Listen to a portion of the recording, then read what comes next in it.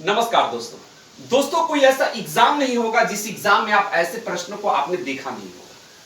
तो दोस्तों ऐसे प्रश्नों को हम लोग जल्दी में कैसे उड़ाएंगे, यह सबसे बड़ा इंपॉर्टेंट है। तो देखिए दोस्तों, जब भी इस प्रकार के प्रश्न अगर आपके सामने आए तो आप यहां देखिए कि लास्ट में क्या है 2/5।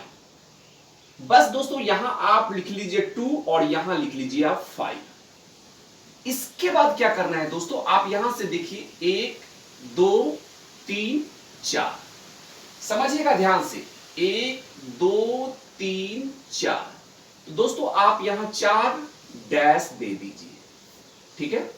हमने यहां 4 डैश दे दिया। अब दोस्तों 5 में 2 जोड़ेंगे तो क्या हो जाएगा, ये हो जाएगा आपका 7। 5 में हमने 2 जोड़ा तो कितना आ गया 7। फिर दोस्तों 7 में 5 जोड़ेंगे तो कितना आ जाएगा, ये आ जाएगा आपका 12। फिर दोस्तों 12 में 7 जोड़ेंगे तो कितना आएगा 19। फिर दोस्तों 19 में हम 12 जोड़ेंगे तो ये आ जाएगा आपका 31 यानी कि 31।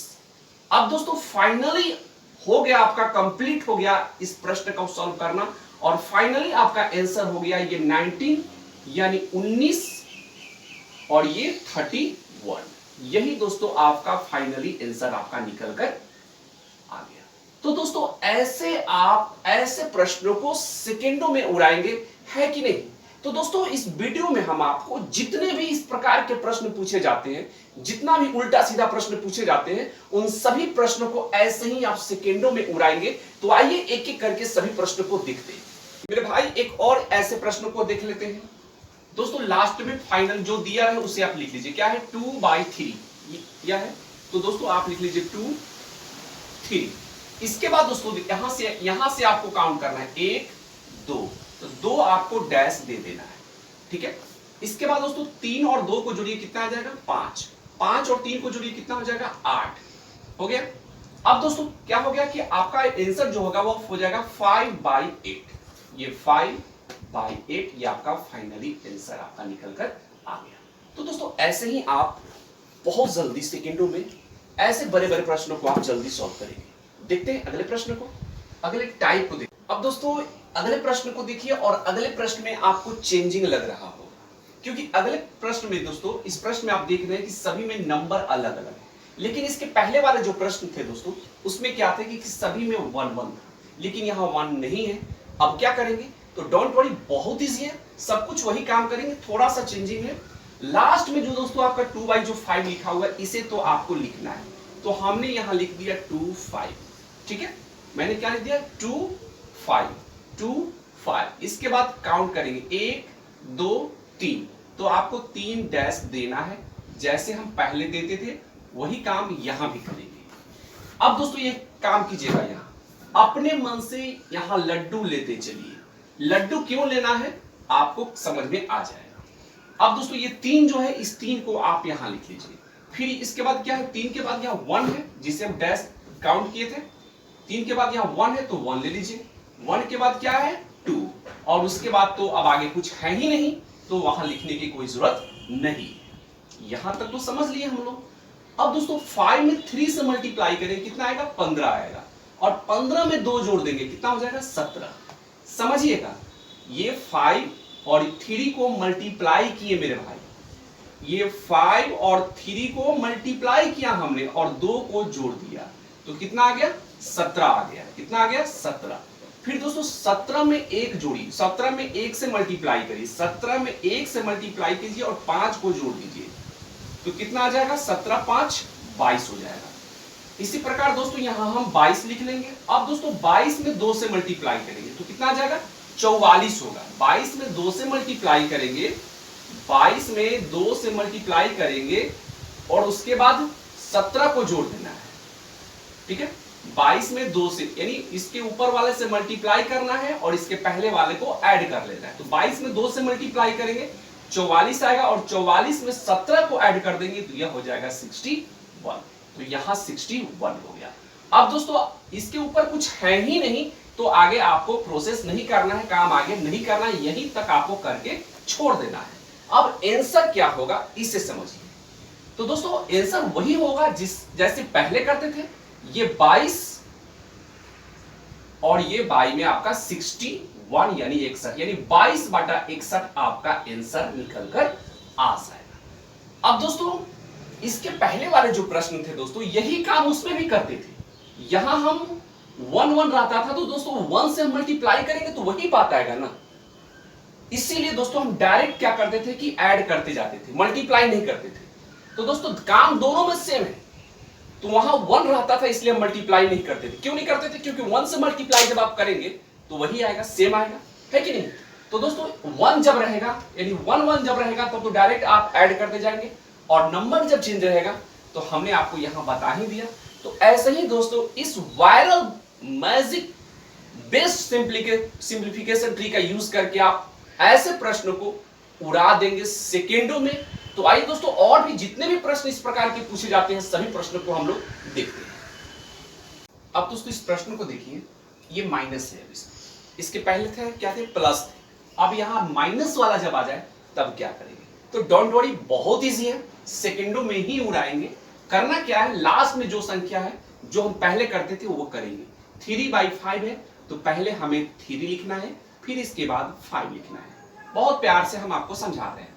काउंट कीजिए, 1 2 3, तो 3 डैश आप दे दीजिए, ठीक है।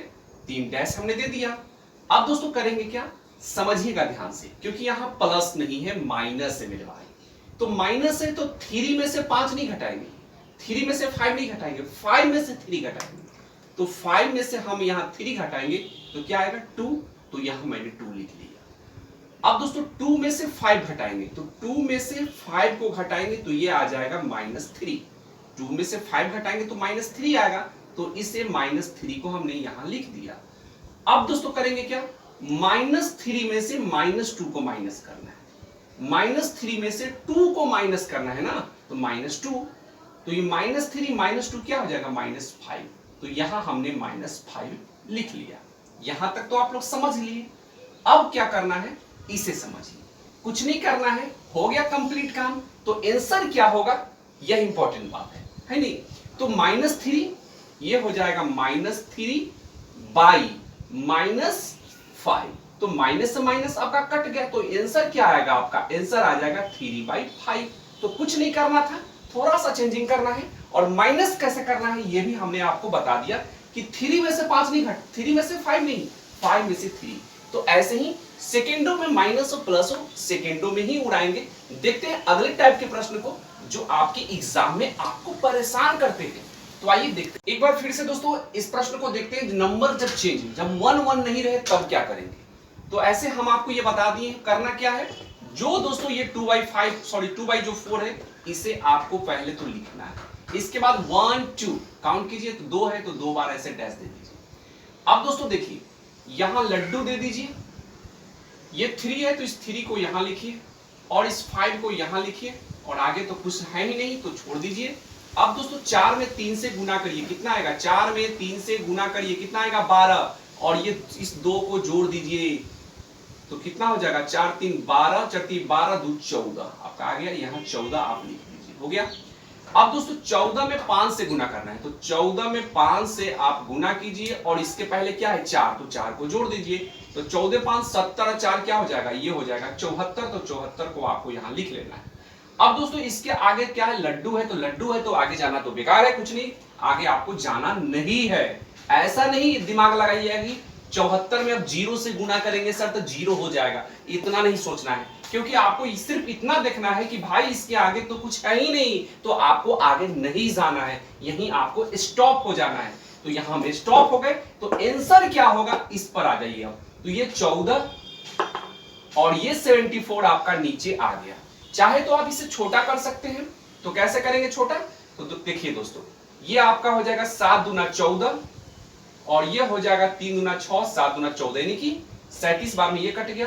तो 7/37 आपका फाइनली दोस्तों आंसर होगा। देखते हैं अगले प्रश्न को जो अलग टाइप के होंगे।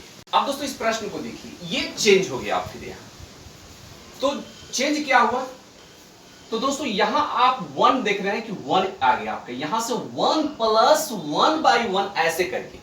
इसके पहले क्या था कि यहां 1 नहीं रहता था, ऐसे ये रहता था, डायरेक्ट ऐसे रहता था। लेकिन यहां अब क्या हो गया, 1 प्लस कर दिया। तो अब क्या हो जाएगा भाई? क्या अब ये हार्ड हो जाएगा? क्या इसे सॉल्यूशन करना और हार्ड हो जाएगा?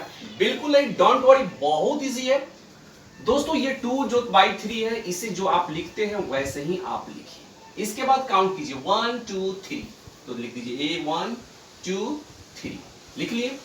उसके बाद दोस्तों करेंगे क्या, 3 में 2 जोड़ेंगे, ये हो जाएगा आपका 5, 5 में 3 जोड़िए, ये हो जाएगा 8, 8 में 5 जोड़िए, ये हो गया आपका 13।